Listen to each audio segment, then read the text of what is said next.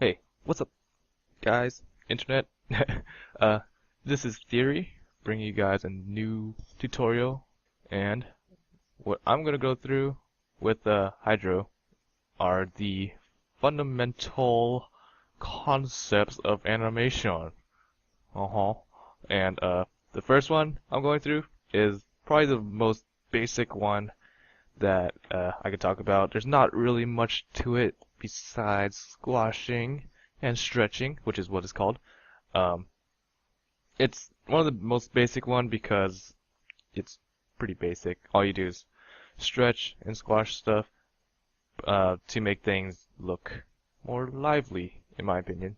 For example, right here we got two balls. You know, it's two simple balls, and what they're gonna do is they're gonna go fall on the ground and bounce straight back up.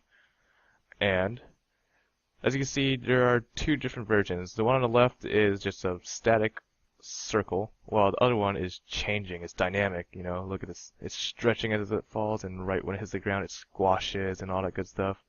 It stretches back up when it's coming back up. But yeah. Anyways, I'll play this for you. Yeah, they're both going pretty fast, and in my opinion, the one on the left is a lot more lively. It has more character to it, you know. And you know, animating is pretty much bringing things to life. I don't know. Look at the definition of animate, and it has something to do with life. I think bringing something to life. Anyways, on to the next example. I have two texts side by side here. Well, there's four, but we're looking at the top one for now. And I drew this ground so you guys know that these two texts are gonna fall simultaneously onto the ground, and once it hits the ground, you can see that the one on the left has a little bounce to it, you know. And what I did here is just squash it, stretch back up, and back down to the original size. And while the other one is just a plain text that's falling down, plop. Pretty boring. One on the left, good, because it has more movement and life. It has more character because of the little squash and stretch, you know.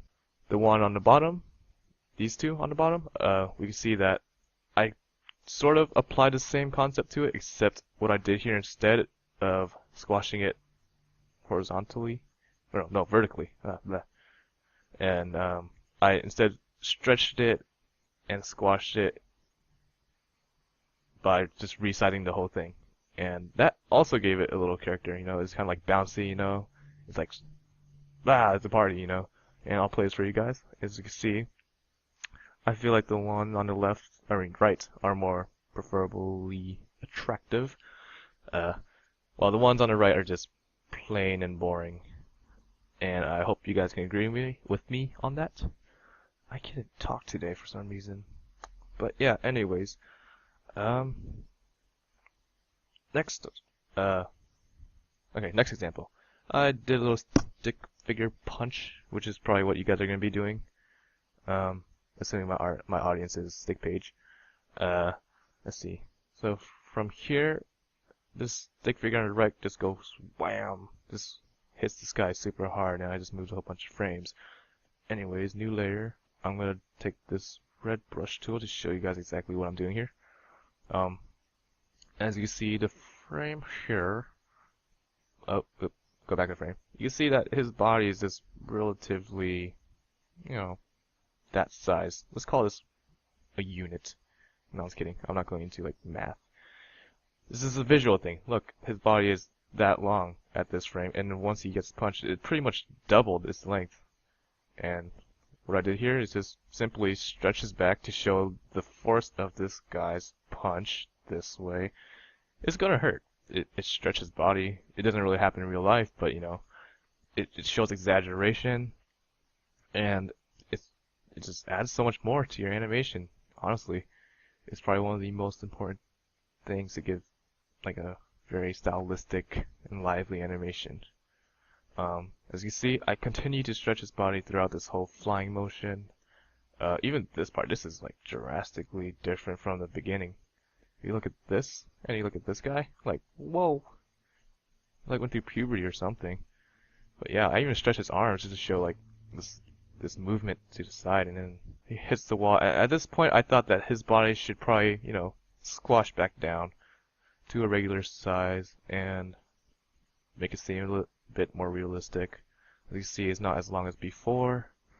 But yeah, and one thing you want to keep in mind for this is whenever you squash and stretch something, you want to keep it relatively the same size by the end of the movement, at least. Like for example, back to this ball animation, I have the ball pretty much the same size as, ooh, what color is that? It's green. Oh, it's red. Okay, this is pretty much the same size as this one, but as you can see, when I stretched it, it grew longer in one direction. One Direction. I don't like that band. But anyways, I kept it relatively the same size. Like I wouldn't have made it, stretch, but then also get fatter like this. I stretched it. It became skinnier. It doesn't grow this way. It just grows this way. And yeah. And then at the bottom, it lands, and it's stretched this way instead. And then once it bounces back up, it's stretching this way. And as you can see, they kind of look like they have the same mass to them, Try to keep it consistent like that. And then at the very end, they're relatively the same size. I animated the stretchy one with the brush tool while I just had a symbol for the ball and smoothed it around. Yeah, let's look at this animation here. As you can see, it looks pretty fluid. And I guess you could say some of that's due to the stretching. It's not totally because of that, but it does give it a lot more character. Instead of just boring, static animations like these, just try adding a little more flair to your animation just by applying the simple concept of squashing and stretching. And soon, your animation is going to start looking like, I don't know, Looney Tunes. Like, when a coyote runs off the cliff, he looks down. He's like, oh crap, I'm off a cliff, And he goes, pew! Like his body goes down first, it's stretching, and then his head follows it later on. It's a pretty comical effect. But yeah, it's a good idea to keep in mind to animate with these things. And whoa!